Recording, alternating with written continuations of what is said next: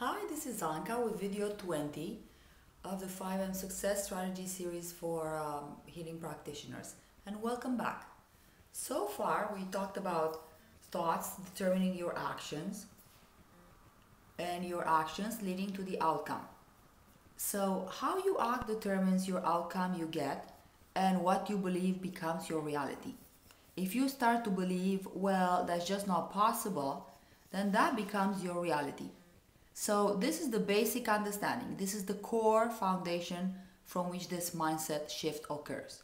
So, I want to help you stop giving away your power so you can create the life you want. This is an ongoing process. It's not something that you do and then you forget about it. As my mentor said, and I believe, business ownership is the best self growth program out there. So, let me give you some examples.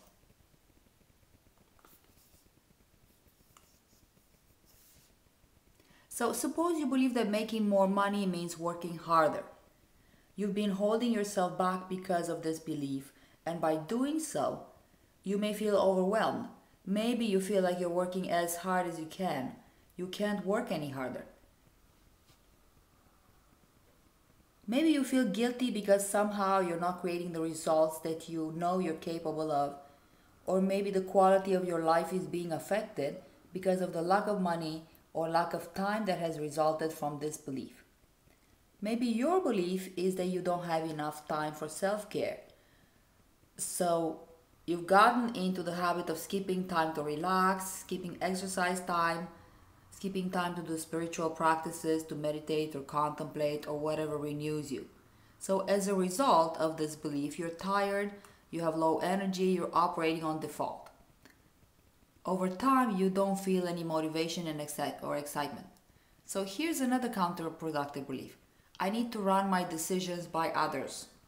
So maybe you have an inner feeling, a gut feeling that you need to get some help, you need to work with a certain mentor, you have a gut feeling that you need to change the hours that you're working, or you need to change the focus of your practice, or you need to create a certain product, and yet you don't feel empowered to make that decision on your own. You feel like you've got to run it by others, so until you get the approval of your spouse, your sister, your mother, your friend, you feel like you can't make that decision.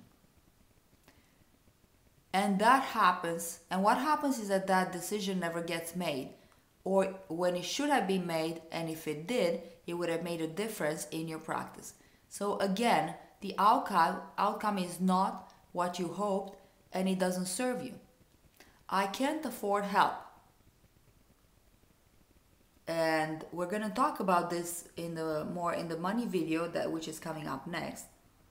But this is a belief that is holding back so many people.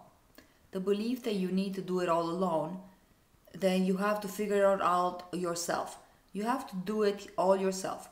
The most successful entrepreneurs absolutely reject this belief. I reject this belief. I've had some incredible mentors that have already accelerated my business growth, and if I hadn't had them, I would have had an incredible amount of lost income, and I would have missed opportunities, and I would have continued to struggle. Looking back, I wish I coached with some of them earlier. Another belief is, I don't have time to create systems. Now, creating systems can be a little more boring over sometimes. I know we all feel like this, but when you're out there trying to constantly recruit new patients and clients, yet you're not creating systems that will give you the freedom to serve more clients. So the result that is that you keep reinventing the wheel. I really don't like that. We keep repeating the same tasks, the same processes over and over without creating a system. Maybe it's an email that you send to different people and you keep on typing it all the time. Maybe it's your newsletter when you can easily use a template. Whatever it happens to be in your business that you could have a specific system for. The result is that you waste so much time, and every hour that you waste is lost income. It may be I must take on any client. I see this with a lot of practitioners that come to me the first time. They feel like they have to take on any patient that comes to their door. And I'm guilty of doing this at the beginning too. And some of these clients might not be the good clients. They don't pay their bills on time, they don't keep their appointments, they don't follow through, they don't use the treatment protocol you prescribe, and then they complain for not getting the results. These are not your ideal clients.